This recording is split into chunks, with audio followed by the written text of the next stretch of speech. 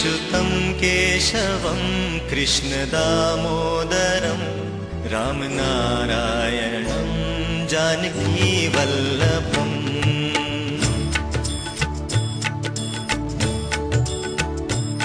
अच्युतं केशवं कृष्णदामोदरं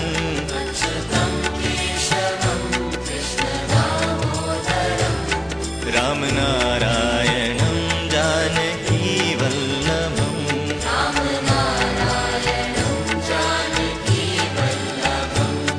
कौन कहते हैं भगवान आते नहीं,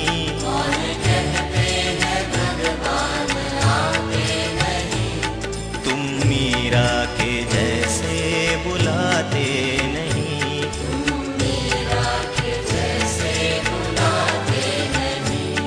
अच्युतं केशवं कृष्णदामोदरं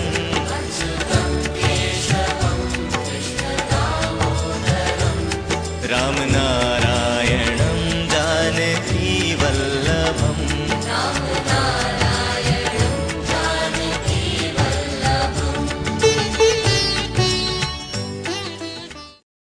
ओम अखंडमंडलाकारं व्याप्तं येन चराचरं तत्पदं दर्शितं येन तस्मै श्रीगुरवे नमः।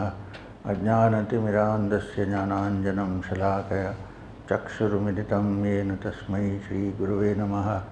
गुरुर्ब्रह्मा गुरुर्विष्णु गुरुर्देवो महेश्वरात् गुरुर्साक्षात् परब्रह्म तस्मै श्रीगुरवे नमः।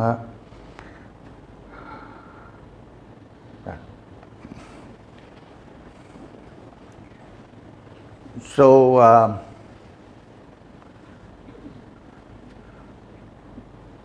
I know that you all come for Kriya. Many of you must have come for Kriya. But then we need a background about Kriya. Kriya is basically a technique. When you say Kriya, use the Sanskrit word Kriya, it means any method or technique. There are many Kriyas in this world, given by various teachers at various times, a technique to bring about a change in you. I mean, this is basically what it means. When I say Kriya, I am talking about one particular Kriya which has come down to me from a certain tradition through Sri Guru Babaji, who some people call Mahavatar Babaji. In our tradition for 1,000 years we refer to him as Sri Guru Babaji. And through Maheshwarnath Babaji, who was his direct disciple and also a Nath Panthi independently. Nath Panth is a very long history. I don't want to go into it. I know you're eager for Kriya, we have 2 days. But still, you need a little bit of background to be able to understand why you do Kriya. Because it's very dangerous to simply start practicing a technique without knowing where we are going, what is the reason that we are doing it. So, please bear in mind that there are many Kriyas. The particular Kriya you are taking from me is from this parampara. It is the same parampara in some way, in a different way, source being the same. We call the root Guru, the Moola Guru being the same, is the Kriya given by Yogananda Paramahamsa, the autobiography of a yogi, in the Yogoda Satsang.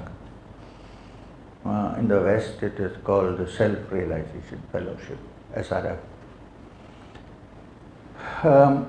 I have studied them, I know some of their teachers, and there is a little bit of difference in the Kriya. For various reasons, some things have not been taught, probably because it was meant as a little easier technique for the West, probably. But the basic Kriya is the same, what we call the central Kriya. So if you are already practicing the techniques of Yogananda Paramahamsa, SRF or Satsang Yogoda Satsang, you need not actually need to take this Kriya, you can keep practicing that Kriya. But we feel that some additional techniques have been introduced to make it easy to practice and better to practice. If you are doing that, you can continue to do that. And since you don't have personal contact with a proper yogi these days, I can still help you out with it. If you have a problem, I can try and sort it out for you. Don't worry about it. Because this is not a political party. No affiliations. Yeah. Fine. Now, regarding Kriya. As I said, Kriya basically is a technique. Technique for what? Where are we going by practicing that technique? Are we simply breathing in and out, which we are all doing anyway naturally, breathing in and out? Or are we controlling the breath in some way so that it creates some change in our system? These are the questions we need to look at before we go further.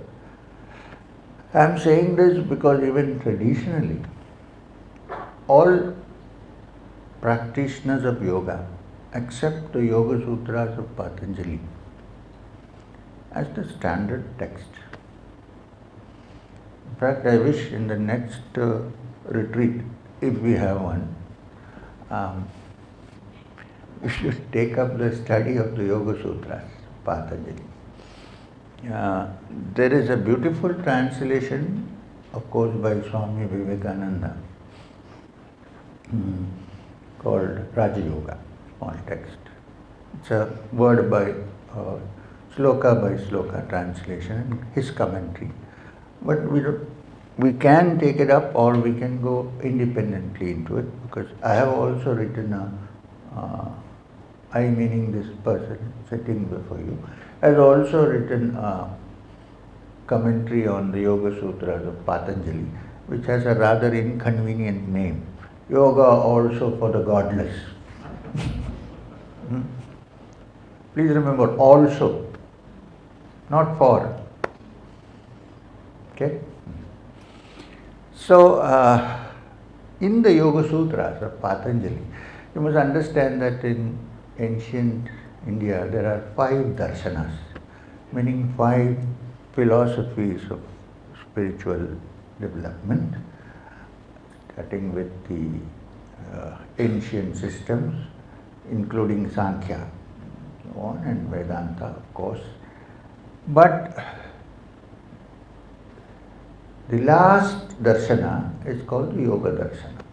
So, yoga is a darshana by itself. It has borrowed a lot of terms from Sankhya. That way in Vedanta also, Shankar Bhagavad has borrowed many words from Sankhya. Tattva, Guna, these are all derived from Kapila's Sankhya. And Kapila Muni is also an important person, very important. So much so that Krishna has to declare in the Gita, among the Munis, I am Kapila, who is the founder of the Sankhya school.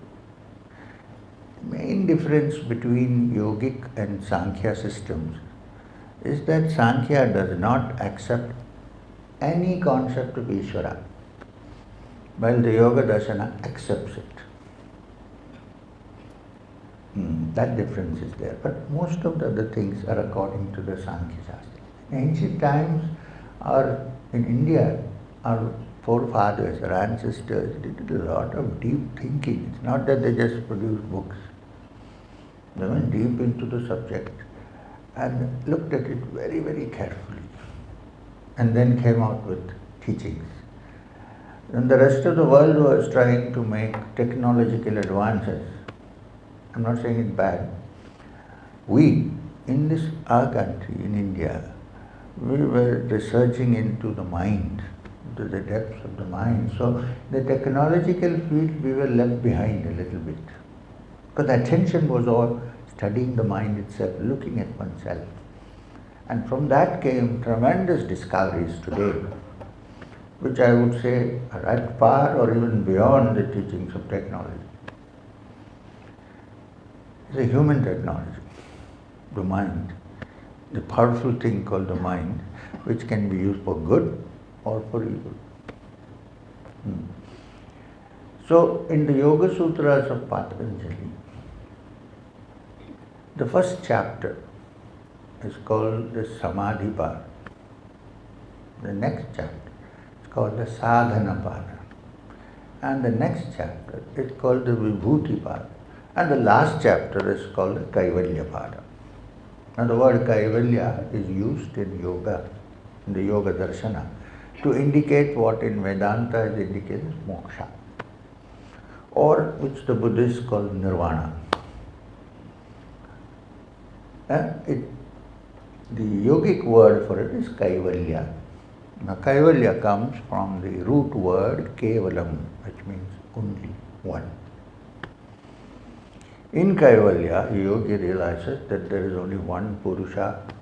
When you say Purusha, it's not ordinary meaning Stri Purusha, please. Purusha is the spiritual one being. It's nothing to do with gender. When the yogi touches, when the mind is clear, we'll come to that, then he realizes that there is only one Purusha, there is no other things around. What appears as distinct and different are the projections of the mind. So therefore, in some way, it goes close to the Vedantic teachings. I must also say this, which is not so important, that the teachings of yoga might have got lost if the Nath Sampradaya did not take steps. All the yogic texts we have today, except the Yoga Sutras of Patanjali, the Yoga Pradipika, the Shat Chakra Nirupana, the Goraksha Shataka, Garanda Samhita, all these are textbooks of the Nath Panthis, followers of the Nath Panthis. Because at one time, the Vedantins began to think that we don't have to do any such thing. In fact, some people also ridicule, can you find the Brahman by simply breathing in and out, things like that. So, only if you find that the world is an illusion and the supreme reality is only Brahman. But you can say that, but you cannot realize that. You need a mind which has been cleared of all impurities, and that is where the practices of Kriya and so on come into the picture.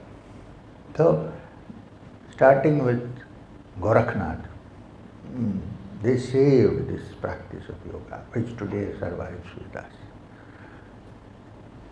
Saying this because I am also a Nath. In a way I am boasting, but Babaji initiated me in the Nath Sampradaya and called me Madhukar Nath. So, which is the meaning of M actually. So, but I am not into politics. When you say Nath, immediately people think of some political people. But anyway, so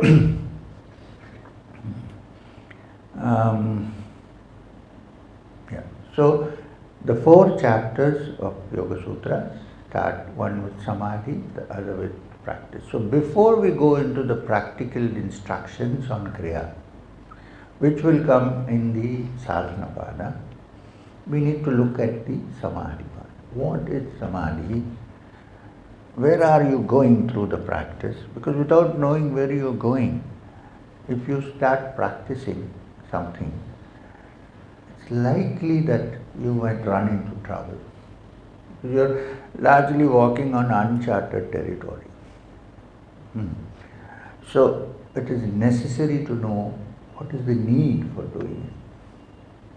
Otherwise, like somebody, like Shankara said, you are just breathing in and out, it means nothing. So the Samadhi Pada says that there is a state when the mind is completely still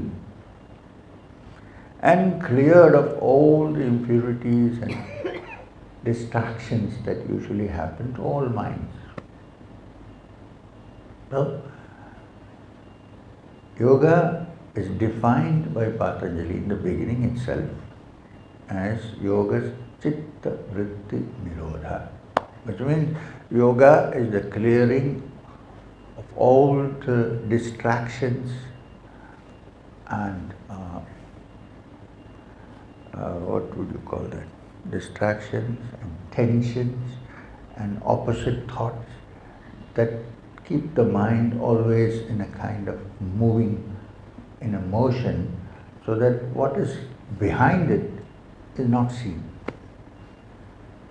So, chitta means the mind, vritti means the movement, the waves of the mind. In fact, without the movement of the waves of the mind, you cannot even imagine the mind without thought. Can you imagine a mind that has no thought? Not possible. Even when I say, I am sitting now, I have no thought, I am thinking. Some people prematurely come to the conclusion that they have reached. Why? Because I see, look sir, now I am meditating. I am free of all thought. I said, who is saying that? Who is thinking I am free of all thought? It's not easy. So, this, what happens when the mind is free of distractions, when it is absolutely silent, when it becomes like a mirror that reflects only the Atman. You may call it Purusha in the language of the Yoga Darshana. That is what we are looking at. That's where we are going. I would like to connect it to the most ancient teachings we have with us today, which is the Upanishad. Don't draw this distinction between Upanishad, Yoga Darshana, Vedanta Darshana. It's actually there are different ways of looking at the same thing. So, I'm going to today deal with a very small Upanishad. I know you're eager for Kriya, but we need a background. There is the smallest, the Upanishads were in existence probably before Patanjali was born. Now, there are 11 principal Upanishads, which have all been commented upon by all the major acharyas. There are many other Upanishads after that. You may call them the non-principal Upanishads. You cannot call them minor Upanishads because some of them are also major. But I'm saying principal Upanishads. Out of the principal Upanishads, there is one which is the shortest Upanishad possible. It has only 12 verses, no more. And on these 12 verses, volumes of commentaries have been written. In fact, the first Vedantic literature known to mankind is the commentary on the Mandukya Upanishad by Gaudapada Acharya, who was the Parama Guru of Shankar, Adi Shankara, Shankar Bhagavad Pada. They said he sat in Badrinath and wrote a Karika, a commentary on the 12 slokas, which is the Mandukya Upanishad. It runs into several pages. Adi Shankara wrote a commentary on the Mandukya on Gaudapada's Karika, which runs into several pages.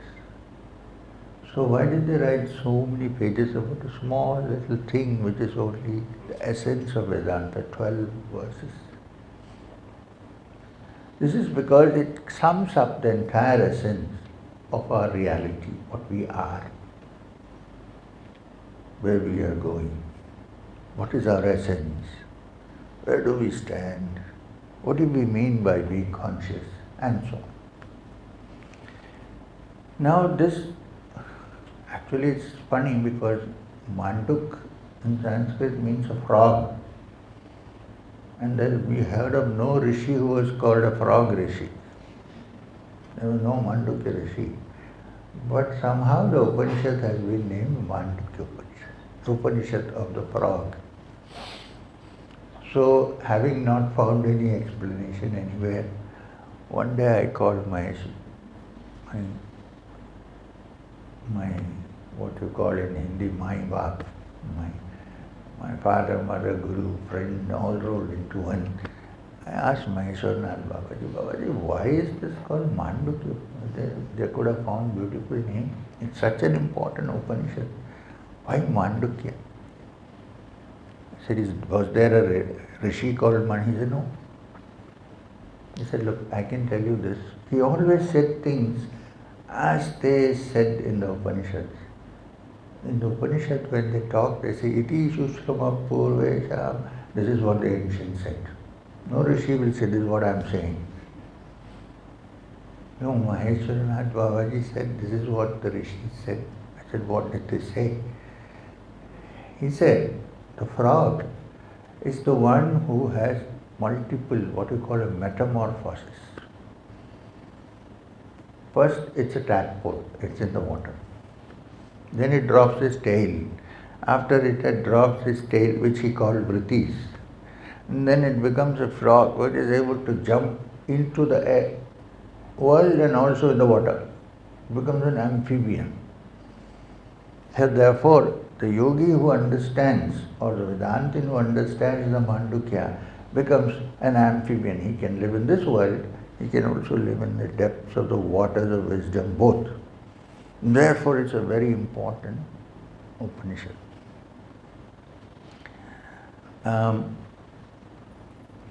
He also said, the symbology is when wisdom comes, don't ask where it comes from.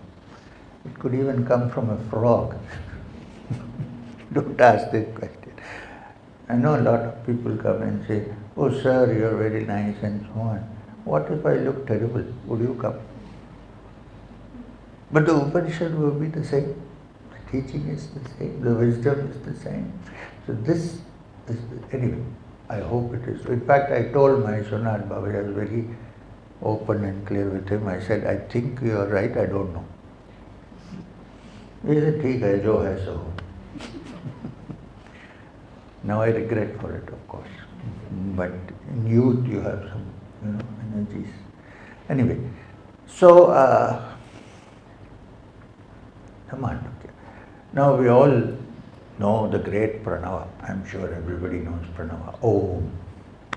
We all chant Om. Not only we all chant Om, the last part of Om is very common in all human beings, no matter whether from India or outside India. The Ma sound. Whatever language you talk, when somebody says something, you say, it's there. It's not a spoken Om, but it's And the first letter of Om, the normal division of Om is into 3 syllables.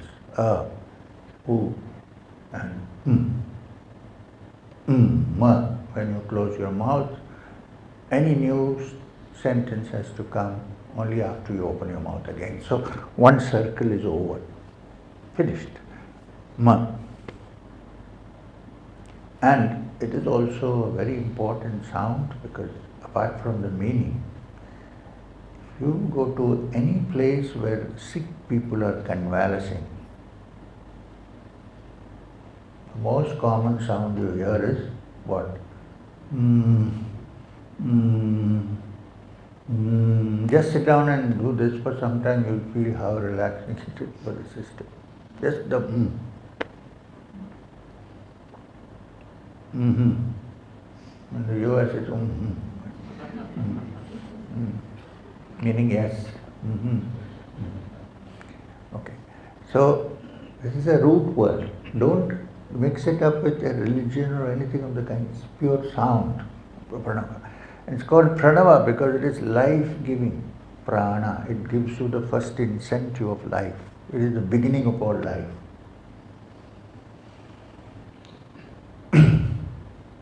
Now, normally this Om is explained as A for creation, or instead of creation, some philosophers have called it rebirth, coming back again, because everything collapses in a cycle and comes back again. Anyway, let's say birth, taking birth, or the beginning of the universe, let's say. So the beginning, the creation, which is symbolized by Brahma in the scriptures, is the sound A. Basically, also because this sound A is a very basic sound. Even dumb people can say A. Even if you can't form words, you can say A. And when you are really joyful, you see something and you exclaim always Ah. And when you have pain also, it is Ah. Ah is the beginning. Ah, it's not, don't confuse it with it's a sound. Now this Ah therefore is considered to be the beginning of the universe, the primeval sound from which it has later on split into, if you look at classical music, Ah becomes Ah, and so on. First it is Ah, right? Now, something is created, something is put in front, something is brought out from hidden quietness to activity. It has to be sustained. Now that sustaining power is U, second letter U. U is the sustainer, because U sound is made from the middle of your mouth, from your tongue, U. It is therefore in the Hindu pantheon, it's associated with Mahavishnu, the last sound of his word, name being U, Vishnu. So this is preservation. Now anything that is created has to go, including you and me. Sometime we have to bye-bye. So, and any material object that has been also has to go at some point. Nothing is remained. You have to go to Rome and see the Colosseum to see what happened to the great civilization. Everything has to go. So this ending is part of the cycle of life. Nobody can stop it. The whole universes are born and the whole universes go up in the Mahapralaya. Nothing remains and everything starts new. This is a cycle, endless cycle. Nothing to be afraid of. If you accept it, then you're no more afraid. We try to keep it off as much as possible, and there comes the confusion. Of course, if you're sick, you have to take medicine, I agree. Oh, on this subject, I heard that someone is 7 months pregnant and wanted to attend the workshop. Is she here or out? Here, there. So please, I don't practice anything because some of the Kriya practices after 3rd month of pregnancy we do not advise. So you may learn, but please do not practice. So, prenatal influences are very important. Now people are learning this. So, what did I say? Om. Then comes the sound Om. When you say Om, then your mouth is closed, everything is ended. Any new word you produce, you open your mouth. Right? So it is the end of the universe. The symbol is Rudra, who is many times called destroyer, but I would say transformer. If you don't destroy the old, there is no space for the new. I'm 75 years old. At some point, if this doesn't end, there will be no space for a new person here, right? Yes or no? It has to end at some point. So this is the end, the Ma, Om. This is the usual interpretation of Om which is given to us, which is perfect, it's fine. But the Mandukya Upanishad gives a different interpretation to the Om. The Mandukya Upanishad says that the sound the first sound, symbolizes the waking state of consciousness, which is common to all living beings, all human beings, of course. We all are awake, right? Hopefully.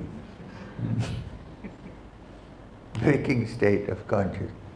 Now, there's nothing much to explain about the waking state of consciousness. We all know what it is, although we take it for granted and we don't look seriously into it, actually. The waking state of consciousness is what we are in, common to all. Saint, sinner, everybody has a waking state of consciousness. Therefore, it is a common factor for all humanity. Now,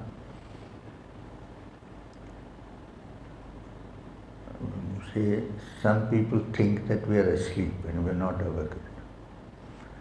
The Vedantin calls it the sleep of ignorance, from which you wake up and say, my God, I thought I was awake, but this was a deep sleep. Anyway, we will not go into that subject. But normally we know the waking state of consciousness, which again needs a little bit of understanding, because we are awake, and being awake is a common property of all human beings. We tend to rationalize and say that in the waking state, what we see and experience is real and it cannot be different, which is not true, of course. This black blob that is here in front of me, if I did not know it's a microphone, it's just a black blob, right? But I've learned that it is a microphone through experience,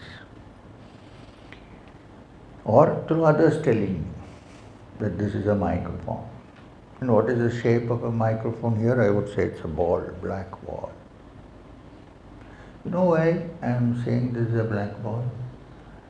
Because I have a certain lens in my eye from birth, which fortunately or unfortunately all of you have the same.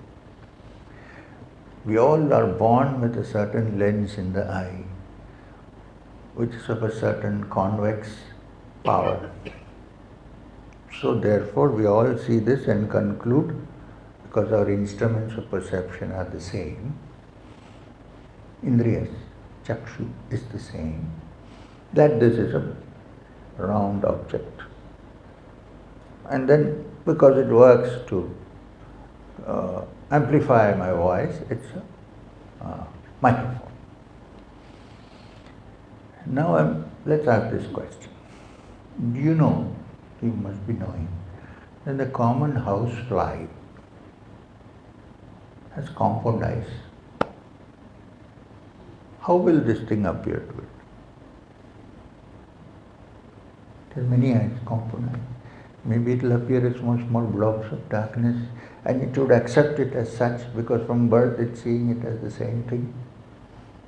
Right? But if it was taught in childhood, the fly, that it is a round thing, then it would say, it is round. But when it says round, it is different from what we say round, because our instruments of perception show it differently. So how real are shapes and forms in this waking state? Okay. Eye sees the sunrise every day. Eye is the most important instrument of perception for us. No, we go by the eye many times. Color, shape, form. How many people buy cars because they like the color of it? Afterwards they have many reasons for it, but first look, oh, this is beautiful. So the eye is so important. And if the eye can take you for a ride, like every day the sun is rising, we see it. That's what my chakshu says, my eyes say. Every day it's setting, right? I see it every day. You ask a high school boy, a student in high school, he'll tell you No, no, no, no, no, you're wrong. The sun is neither rising nor setting. Then the earth is moving. But that's not what I see, right? Using my eyes. It's so real, every day happening. So can I trust my senses, my indriyas? I can at the most say that relatively real, yes, but not absolutely real, I cannot say. Because depending on the instrument of perception, things can change. The great poet Alexander Pope said, the difference is as great between the optic seeing as the object seen. Can change according to the optics. Same with all the panchendriyas. Shotram, ears, smell, touch, all these are very, very relative. And yet, we accept that we are in the waking state. Okay, fine. So, is the waking state. Let's say that it's a common factor for all of us. Now, the Mandukya Upanishad says that U, the second syllable, is what we call the dream state, called the Swapnavastha. It's also called Tejasa. Why is it called Tejasa? Because in the dream our eyes are closed, everything is dark, but we see the dreams as if we are in full light. So it is self-effulgent, Tejasa. Now this called Swapnavastha needs a little more examination than the waking state. Although, if I get 6 days, we can still discuss the waking state. Seriously, what we think is the waking. But let's say that we go now to the Swapnavastha. This requires a little more understanding than the ordinary state of waking. We all know that. We all dream, right? It's common to all of us. We also daydream. Let's leave the daydreams out now. Because daydreams start with the source of our thought process. But let's say the ordinary dream, night dream, Tejasa, Swapnavastha. Now, what happens in a dream? I've thought about it. It's so real. If something is chasing me, here we don't have tigers, right? No. You have? Okay. I thought of saying Bengal tigers. Bengal tiger. Suppose a tiger is chasing. Don't look, there is no tiger there. Suppose there is a tiger chasing me. In the dream, I run for my life, right?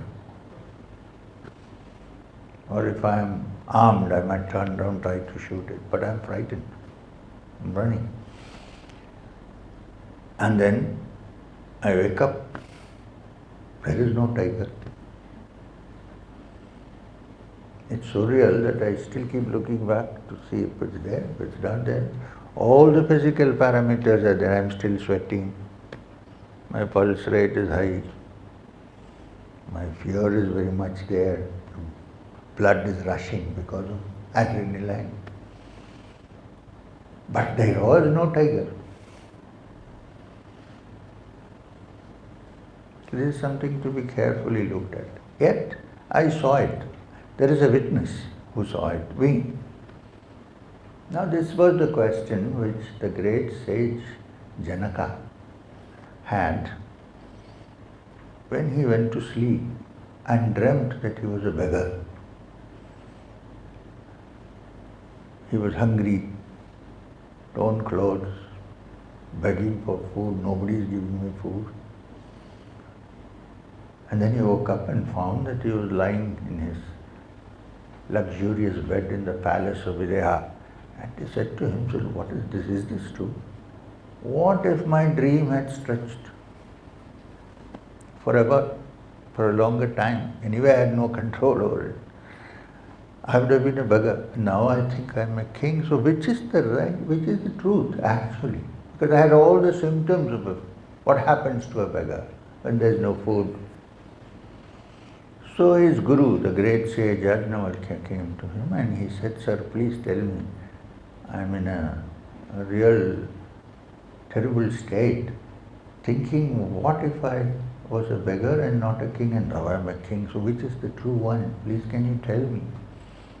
And Yajnavalkya says, did you see, Janaka, that when you were dreaming and you were a beggar, it was very real. It was not a dream. Now you are saying I dreamt. But when you were dreaming, actually, it was not a dream, it was a reality.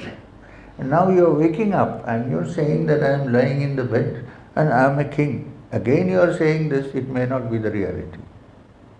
Because if the dream, when you were a beggar, you actually felt you were a beggar, but then you wake up and say, I was not a... Maybe there is something into which you will wake up from now and say, I am not even a king. But remember, that there is a witness to both the states. In the dream, there is a witness. In the waking state, there is a witness. Now the witness is the same. The states are changing. So the only reality is the witness and not the states that are changing, and that reality is your true being. Okay, now we'll stop there. Now we have one more left. Om. The Ma, when everything is closed, is another interesting state. And this state is in the Upanishad called the Sushupti. Deep, dreamless sleep. Not the REM sleep that we know of, when the eyes are moving rapidly, because you are seeing the dreams. There is a state of sleep where no dreams are there. It may be very short. It is in that stage that you actually recover and rejuvenate. Deep sleep, dreamless sleep, Sushupti. Now what happens in Sushupti? The Mandukya Upanishad says the last sound Ma, Om, indicates Sushupti. In deep sleep, you know why we rest properly in that little short deep sleep with no dreams? I'll tell you why, because we don't even know who we are. Not a good idea. You know, when I know who I am, I have so many thoughts. I went to the marriage, nobody recognized me. I'm upset. I wouldn't say, oh, that's nice, I can quietly sit and eat something and get out. No, but I was, oh, nobody recognizes me. Because in deep sleep, I don't exist. Maybe I exist, but I don't know I exist, at least. Everything is gone. Blinds have been put. And I'm in deep sleep. There is no inner cognition of who I am. There is no outer cognition of the world. Both do not exist. And therefore there is a blissful sleep. How do I know it's blissful? Because I don't want to wake up. I wake up because I have to go to work. Because who wants to wake up? How many times we have put out the alarm and gone to sleep? It's so blissful. Who wants to wake up? It's so nice. There's nobody calling me bad words. Nothing is happening. Husband or wife, nobody is scolding me. Either way. So it's blissful. Oh, blissful sleep. Now, how do I know it was? Because when I wake up, I always say, oh, that was a blissful sleep. Which means the I, which was there in waking and also in the dream state, is also there in the deep sleep, though it is not aware at that point. Or my mind is such an agitated mind that is not able to present the real witness when everything is settled. It's still caught up, although I don't realize it. But I always say I had a deep blissful sleep when I wake up. And I don't want to get out of it. Now can you imagine, now this is Sushupti. Now can you imagine a state where in the deep blissfulness of Sushupti, I suddenly become aware. Now that cannot be me with all my I am this, I am that, and so on. The pure I, the witness, suddenly is awake and is absorbed in the joy. If this happens, that is called Turiya. Unfortunately, you cannot reach Turiya through deep sleep. That would have been nice. Would have been, everybody will go to sleep. I am going to go into it. It's not possible. Turiya can be experienced only if it is understood in the waking state. Then it becomes part of dream and also deep sleep. Then it is a continuous Turiya. It has to be for. Now, if you ask me, this is the same for everybody? No. If a yogi or a sadhak, let's not say yogi, could be bhakti marga, could be yoga marga, could be jnana marga, it could be anything. If a yogi, I am saying general word yogi,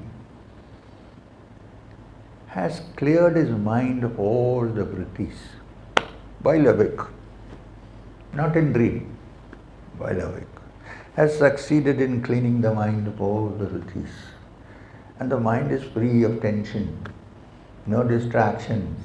When such a mind goes to sleep, then that sushupti itself becomes Turiya. Or he has already experienced Turiya, which continues even in deep sleep. Now that witness is expressed in the sound of Om by the Ardha Matra. You know, when you say Om, you don't say Om. You don't say Om, you say Om. That goes, that is the silent, unstuck, anahat sound, which is called Ardha Matra, the half sound. That is Turiya. A, O and Ma, Im is waking, dream and deep sleep. And that which is beyond is the Turiya. Now the wonderful thing is, we are that. Although we got confused with all our states and identify ourselves with all these states, in true essence we are that. This is the teaching of the Mandukya. Now this is what we also will go to even through the practice of Kriya. So why Kriya? Or any other practice for that? Let me explain. First let me explain to you the other ways of doing it. So that then you can get up and say, no, then no need of Kriya, you are going home. So the other ways of doing it is through the technique described by the Vedantins as neti, neti, not this, not this, not this. This cannot be real. It has to be something which is permanent, which is always there, which is conscious. Now this is a long process and it's not such an easy process. In that also you need to purify your mind, which is always behaving like a monkey.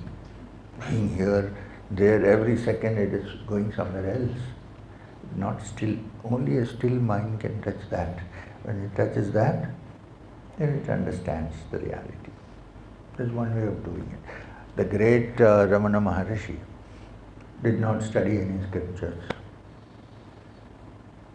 But please don't everybody think I am Ramana Maharshi. It's a distinct person.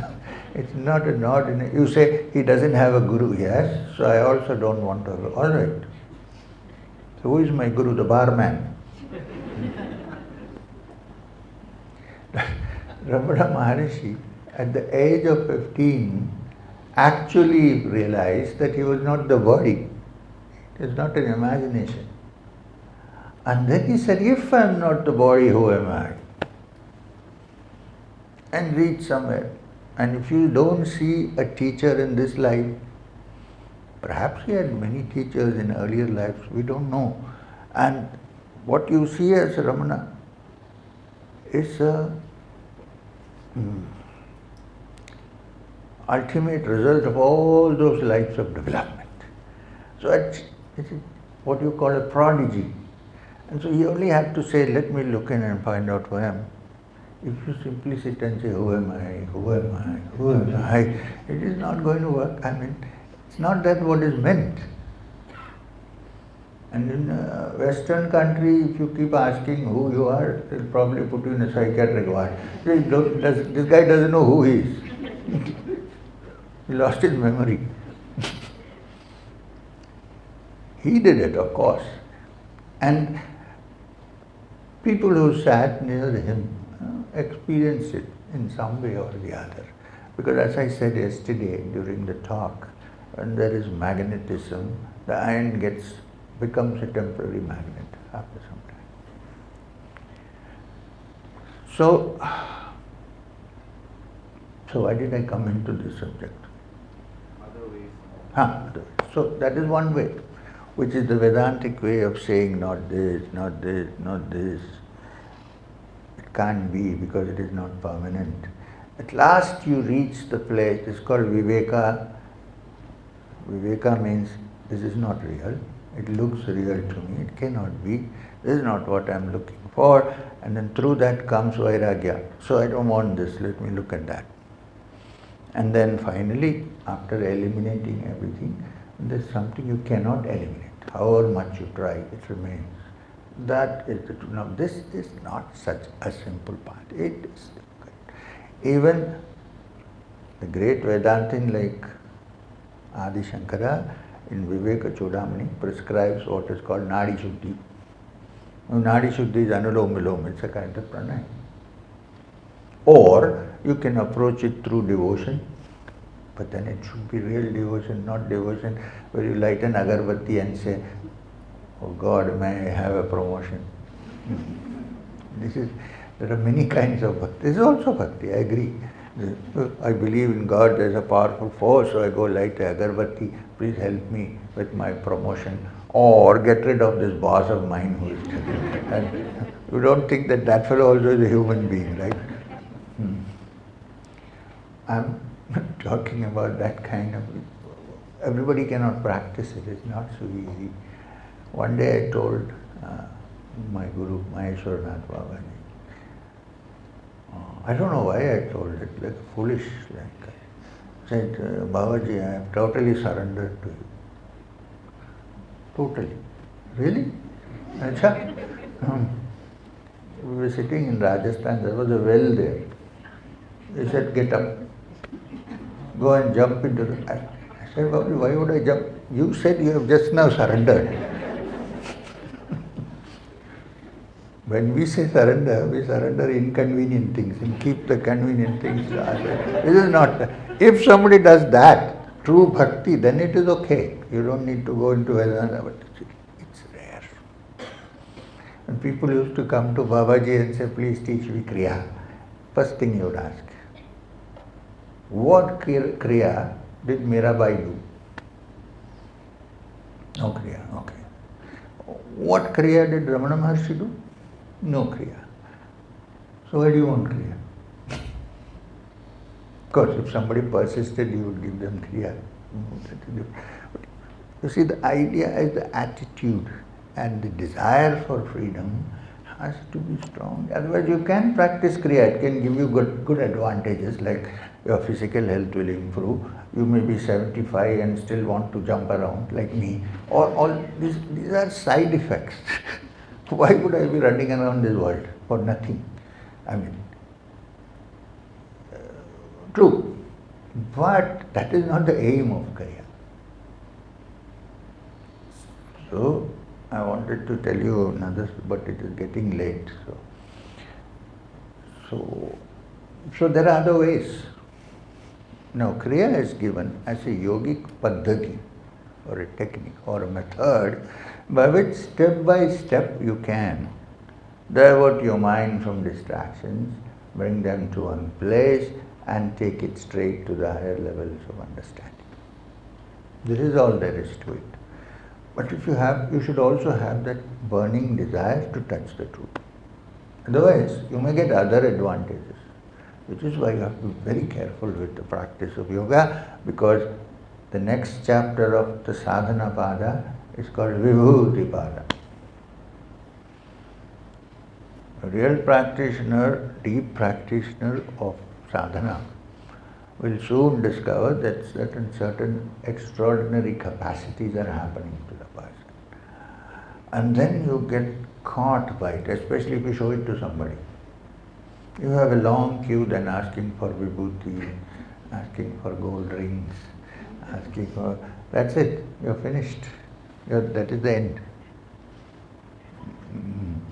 So, very much Siddhi Sai Baba said, people come to me with worldly problems, most of them. I give it to them because I think maybe at some point they'll ask me for something I really want to give them. Nobody wants, you see. So anyway,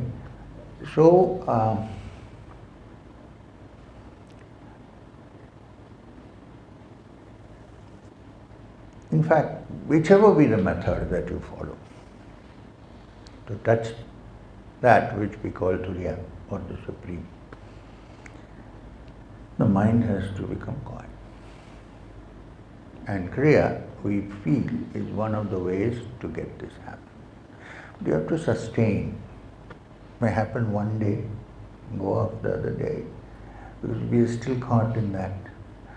We are still mistaking a rope in the dark for a snake.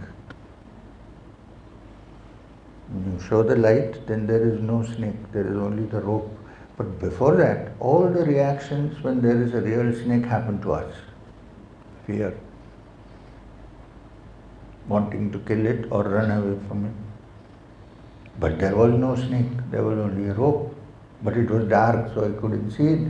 Now, Kriya is one way of clearing that darkness, so that you see it as it is. So, I think we have a short break now. I came 10 minutes late, so it's 11 o'clock, 11:10. I have a small 10 minutes break and come back.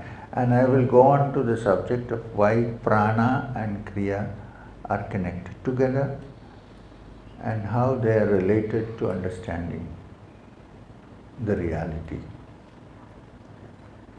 And then in the afternoon session I have to start the Kriya because we have only 2 days. Today if I start in the evening, then tomorrow perhaps we can finish, and in the last session tomorrow we can have a continuous practice of what we learned from step 1 onwards. But let me conclude this session by saying we are not interfering with your belief systems.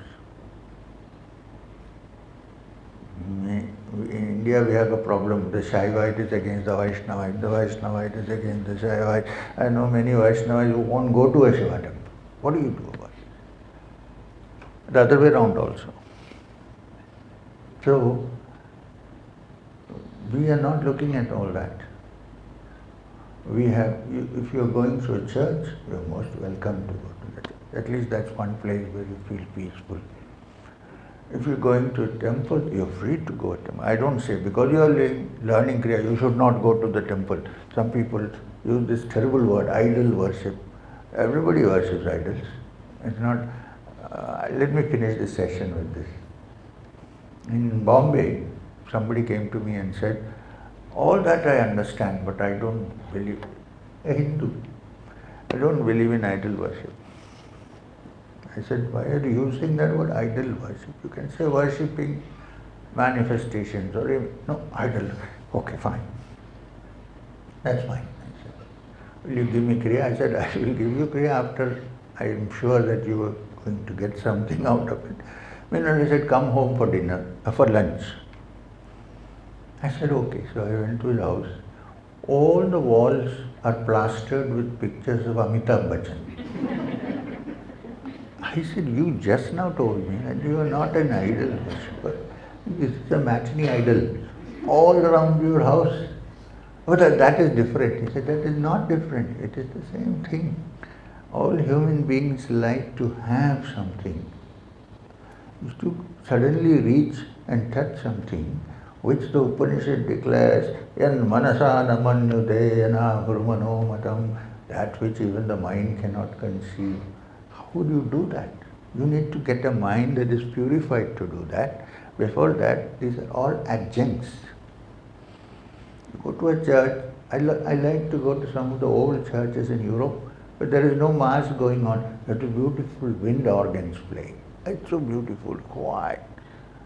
And you see somebody on a cross who had to go to the cross because he spoke the truth. I mean, so there is nothing like that. Okay, here is a quotation. Tell me it was an Indian yogi or a non-Indian yogi. Lay treasures in your heart where thieves do not break in and steal. Who?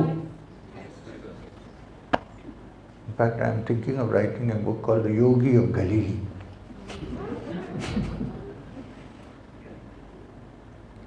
In all disciplines, in all, of course, there are some religions which are a little rigid. We will not go into that. But yes, you go where you want. You worship God in which way you want. And if you want to improve your movement towards your God, you can practice Kriya. Thank you. We come back in 5-10 minutes. 10 minutes. Om Brahmanandam Paramasukadam Kevalam Jnanamurtim Dandvaditam Gaganasadarsham Tattvamasyathi Laksham Ekam Nityam Vimalam Achalam Sarvadi Sakshibhutam Bhavatitam Trigunarehitam Sadgurum Namami Om Him Shri Gurubhyo Namah. So, how is all this that we discussed connected to Kriya?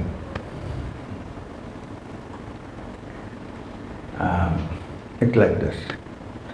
We believe, the yogis believe, that every human body has life energy called prana, which moves around in the body through various nadis, hundreds of nadis. And erratically, without any proper, because of our food habits, because of our emotions, because of the way we live, and also perhaps because of the past karmas that we carry with us into this life, various factors. Among the hundreds of nadis which are in the human body, prana moves erratically to all of them. Which is the reason why we cannot make the mind quiet.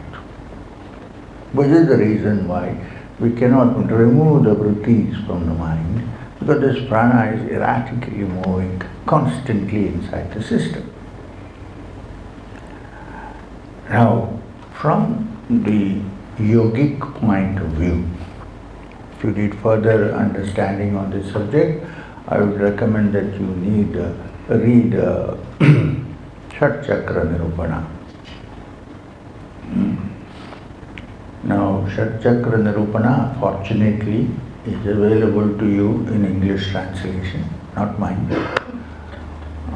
It's 200 years old. Shat Chakra Nirupana was translated by Sir John Woodroffe,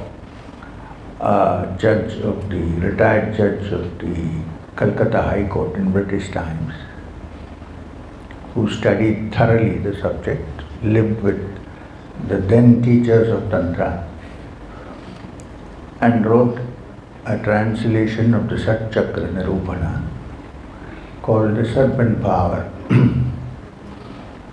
which is available to read. But do not practice anything written there. You can read it if you are able to proceed beyond the chapter 1.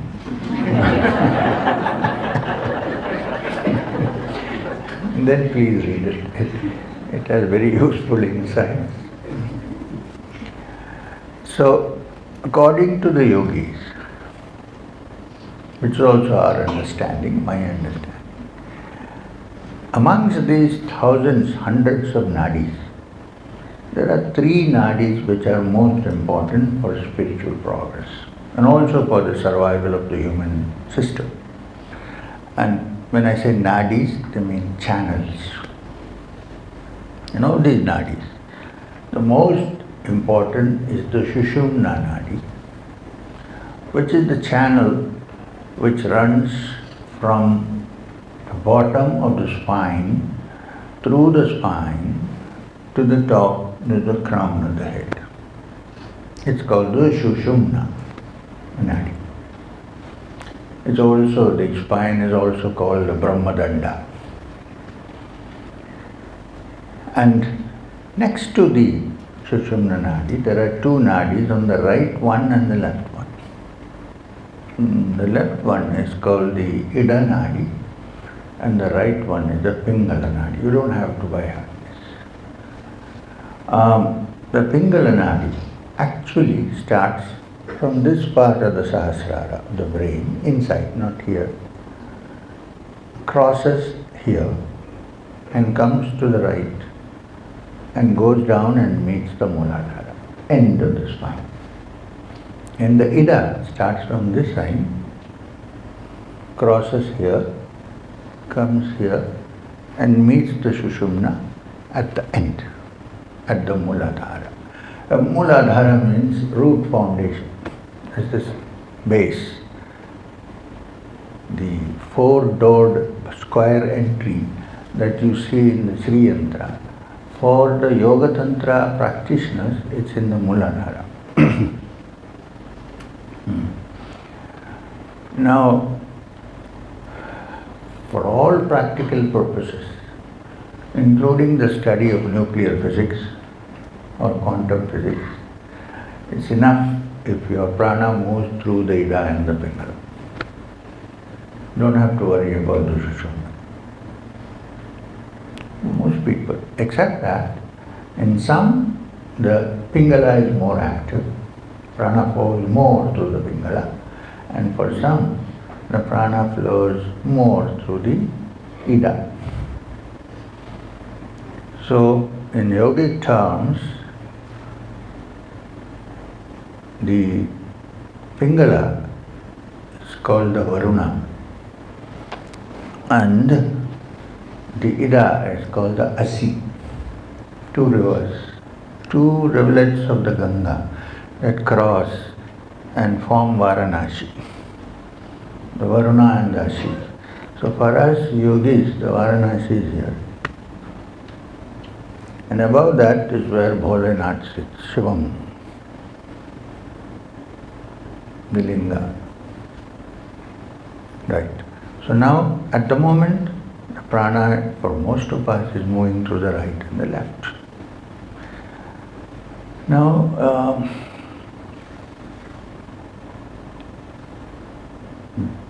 now a little bit of yogic anatomy. It's a little bit similar, but not exactly the same as Gray's anatomy.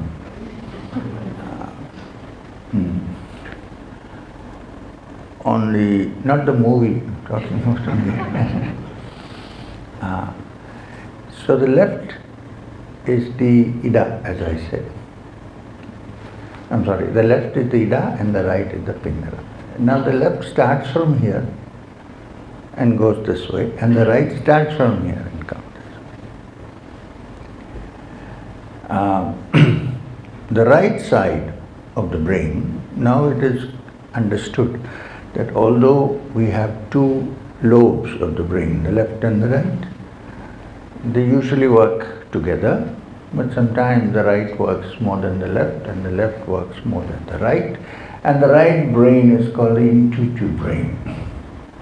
Intuition, intuitive brain, creative brain. Very often creation need not follow the principles of logic. If you strictly stick to logic, you cannot create. Important to know, especially for artists. So this is the creative. And this becomes the Ida after crossing. And the left brain is a practical brain. Eating, drinking, enjoying, practical brain. It crosses here and comes to the right. Now for most people, one of these work more than the other, generally. How do you make out?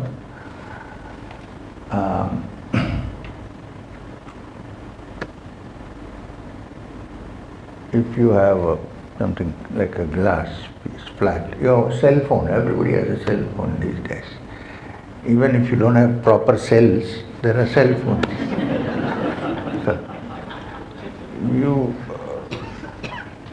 suppose you keep your cell phone here and breathe hard.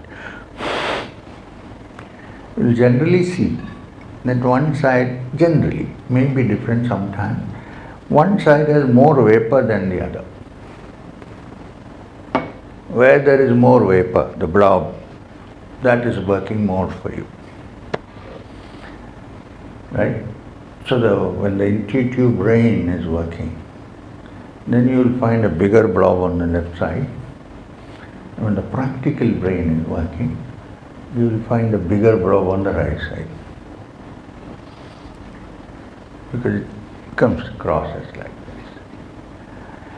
So that is the time, according to Swara Shastra, when you have to do the things which are related to these activities. Like food, drink, sex, physical act, journey, walking, all these are connected to the Pingala, to this side. And intuitive things like music, painting, creativity, even meditation in some way is applied to the Ida, which starts here, right brain.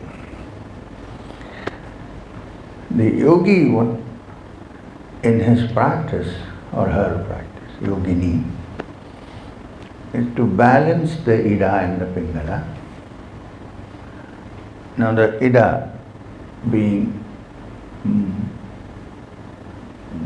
feminine in nature and the Pingala being positive by nature, male by nature.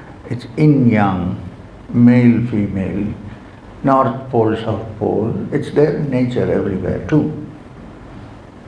But if these two have to become one, ekam nityam, then you need to balance them and take your prana from the plus and minus, which is cathode and anode, into the central channel and make the prana travel up. Now that prana which travels up is called the Mukhya prana. The Yoga Tantra terminology says that after the Supreme Energy has done all its work of creating a child and creating the human body, after doing that work, it goes and rests coiled up at the bottom of the spine in the Muladhara. And the silent Shivam, which is the absolute essence of being, in the human organism, is more in touch with the Sahasrara, the tongue. The idea is, for spiritual evolution, to awaken this coiled up Shakti which is in the Muladhara and track it slowly up through the Shushumna, the single channel, through all the Shat Chakras till you reach the seventh Sapta, where in the Saptaparna, the 7 petals, sits Shivam.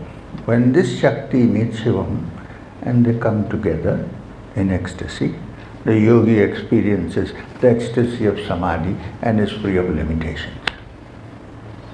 It is the description of this that Adi Shankara wrote in the Saundarya Lahari,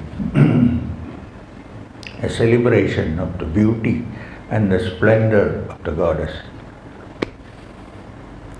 Now, Kriya is not a method of applying pressure to get the Kundalini. This is purely Hatha Yogic practices which we avoid. It is there, of course, I'm not saying no, but since the creative energy is in Tantras, also in Yoga Tantra, classified as feminine, it will be a big mistake to think that you can kick her and ask her to go up. Can any men say they can do that with their wives? You have to say, please, can you do it? Right? You can't say, do it. It reacts in different ways. So, this energy, which is there in the Muladhara, at the bottom of the spine, this we need actually during Chakradharana. It needs to be prayed to and said, please, can you move upwards? The Lord is waiting for you. The pandal is all ready. Please. So we usually chant a mantra. Bhavani Tvam Dase Mayi Vitaradishtim Sakarunam, and take her up. It doesn't matter, you don't have to chant. The attitude should be please, move up. So this is the practice of Kriya. So in Kriya what we do is we balance the Ida and the Pingala first, and then move all the energies to the Muladhara. In the Muladhara, the heat is generated. You know the word tapas? The root word of tapas is tapa, heat. Heat is generated. And when heat is generated, that's why when you practice Kriya, you'll start sweating, because heat is generated. When heat is generated, from that heat, the coiled up energy which has been lying quiet after doing all the process of creating a human being is awakened, and gradually, not rushed. If you do strenuous practice of certain techniques, you might be able to suddenly, but then you get into trouble. I get dozens of emails every day saying something has happened to me, please help me, I'm shivering, something is going up and down and so on. I said, please ask the guy who told you what to do. Why are you asking me? I'm not the rubbish bin. Right? To do something and then dump it in the rubbish bin, no. But we have to do it gently, quietly, slowly, and don't get over ambitious. If you say practice Kriya Pranayam only for 33 times or half an hour, don't suddenly say, no, I'm going to do it for whole day and so on. But if you do that, don't ask me what to do. Oh, slowly, we are playing with fire, we are playing with energy, we are not playing with any jokes. So let's take it seriously. Give respect to Shakti. Shakti is not something which can be pushed gradually. If the mind is pure through the practice of the Yama Niyamas, as Patanjali has described, the rules and regulations of living, which includes cleanliness, physical and mind, moderation in all activity, including food. In fact, in the Bhagavad Gita, Krishna defines it by saying, this yoga is not for him who eats too much, but also eats too little. Not for him who sleeps too much or sleeps too little. We just draw moderation, a line in your activities, in your expressions. And then if you practice Kriya, it includes pranayam as well as certain bijaksharas. And bijakshara means a seed sound. You can't ask the meaning of a bijakshara. Bijakshara is a sound meant to produce a certain effect. Om, of course, is the pranava.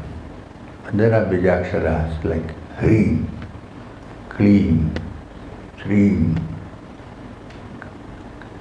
Carefully use Klim.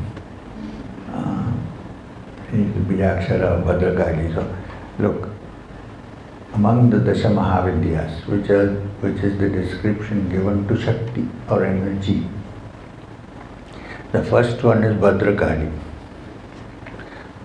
Very dangerous and terrible aspect of the Dasha Mahavidyas. Now, I would say go milder. don't touch Bhadrakali unless, you know how Bhadrakali is described? Karalavadanam Goram Muktakeshim Chaturbhujam Kalikam Rakshinam Divyam Mundamala Vibhushitam. So, someone who is wearing a garland of human heads as a necklace, unless you are ready to add your head to that, don't touch. Leave it alone. My advice. People say Sri Ramakrishna Paramahamsa prayed before Bhadrakali, take everything you want, I want only moksha. Careful, you are not Ramakrishna Paramahamsa.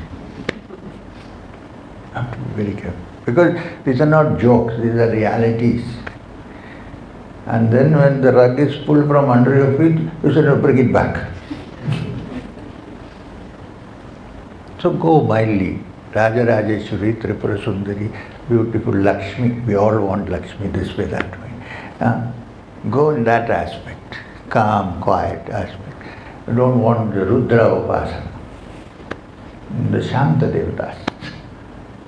So,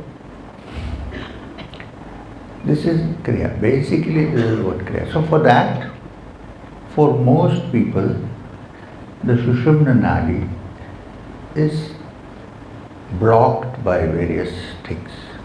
Blocked by wrong food, wrong way of life, wrong language that we use sometimes, blocked by anger, jealousy. It's also blocked by the impressions that we carry from the past. So the first step in Kriya Yoga is to clean the channel first, before we attempt anything else. And then step 2 is to then go on to the next. So the first process is cleaning. If the channel Sushumna is not cleaned, whatever you do, there is no way of guiding the energy upwards. Stuck. So we do what we call the Vishuddhi and the Navi Kriyas for cleaning up the blockages. Because for most people, there is a block either here in the throat center, behind of course, or in the Navi, which is the navel center, Manipura. So the first Kriya you will learn is how to clean these two first. That will be your Kriya number 1. Just a few steps, not too many. But before that, the most important step is, since all this knowledge which I am teaching you, for me, comes from the source called Sri Guru Babaji, Mahavatar Babaji. So first we need to tune and get linked with Sri Guru, and then only start your practice. In the Buddhist Vajrayana teachings, they say first you could link with your root Guru first, and then begin your practice. So that Guru Vandana is a meditative practice in Kriya, which is the first step. So I'm going to teach you Guru Vandana now, and then next step will be Vishuddhi Kriya and Navi Kriya, then the rest. So, Guru Mantra. There was a time when people wanted Guru Mantra from me. I used to make them wander for 1 year, 2 years, to come back to Madanapalli, I can't give you, and so on. But then, so many people asked, at one time, I was living in heaven. Living happily in Madanapalli. Nobody knows. Few people used to come and talk. It was. Then Babaji had told me that you should write your autobiography. Many times I told him, Babaji, this is going to have terrible thing happening to me. He said, no, you write it. Likho. I said, okay. So I wrote the autobiography. Then the circus started. So then what happened? So many people coming, please can you teach us Kriya, Kriya? So how to say, okay, for Guru Mantra you come 10 times. I know Dubai people are saying I haven't gone for 5 years. So what I did was I put it on to YouTube. So if you go to YouTube, you can see the Guru Mantra. You can, not out of kindness, but out of friendliness, I put the Guru Mantra into the YouTube. It's there now. And you can actually look in there and chant. But then it's better to take it from iTunes than YouTube. YouTube you can chant, but when iTunes gives it, it becomes a diksha. Everything is a tube. Diksha. So, first thing we are going to do now is the Guru Mantra. Don't do anything now, just sit quietly, listen to what I am saying. I am teaching you what we do, what I do, what I was taught to do. Anahat is the center here,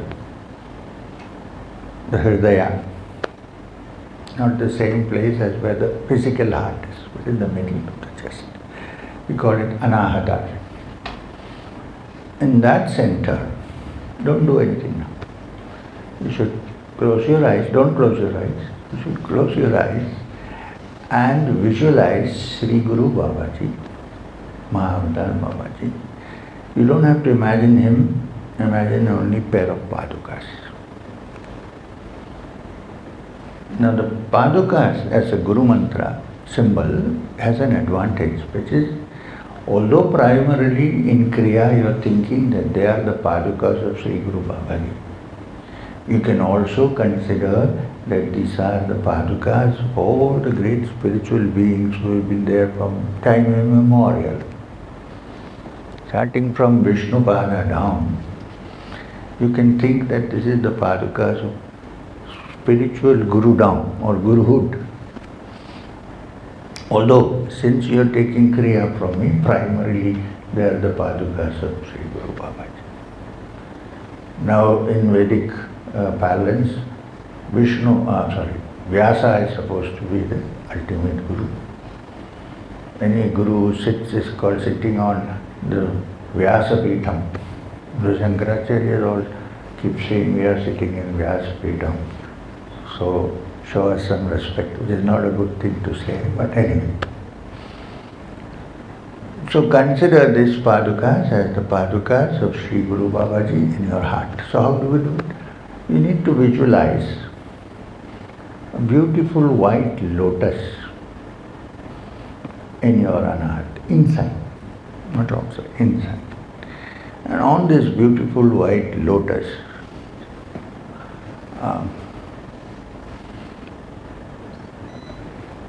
visualize a pair of padukas. You know what are padukas? Footprints or footwear of the Guru. Traditionally they wear wooden sandals, you can think, or simply two padukas. The padukas should be placed in such a way that the fingers and the toes point towards you and the heels are outside. This way, as if somebody is coming towards you, not somebody walking away from you. And then you will not do now, we will practice it. You will close your eyes and pretend to touch the padukas. Bow your head down with respect. Send out an earnest prayer that you please help me to move forward. And chant this mantra. Can you chant with me once? Om Hrim Shri Gurubhyo Namaha. That's all. Om Hrim Shri Gurubhyo Namaha. Hrim, H-R-E-E-M. Hrim. Right? Continue doing that for 5 minutes. Don't even count, because if you count, your mind might go into the number. Count, just fix your attention. And then after you do the Guru Mantra, then you start the Kriya proper. But this is an essential feature of Kriya to link with Sri Guru Baba. Okay, shall we do? Yes.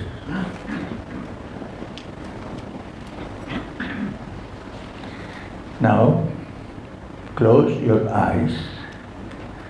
Don't look at me. Visualize a white lotus in your anahat. Close your eyes. And on the lotus, place a pair of padukas, any color you like. Touch the padukas with your fingertips. Bend your head down out of respect to the Guru. Chant mentally in your mind, Om Hrim Shri Gurubhyo Namah. Keep chanting.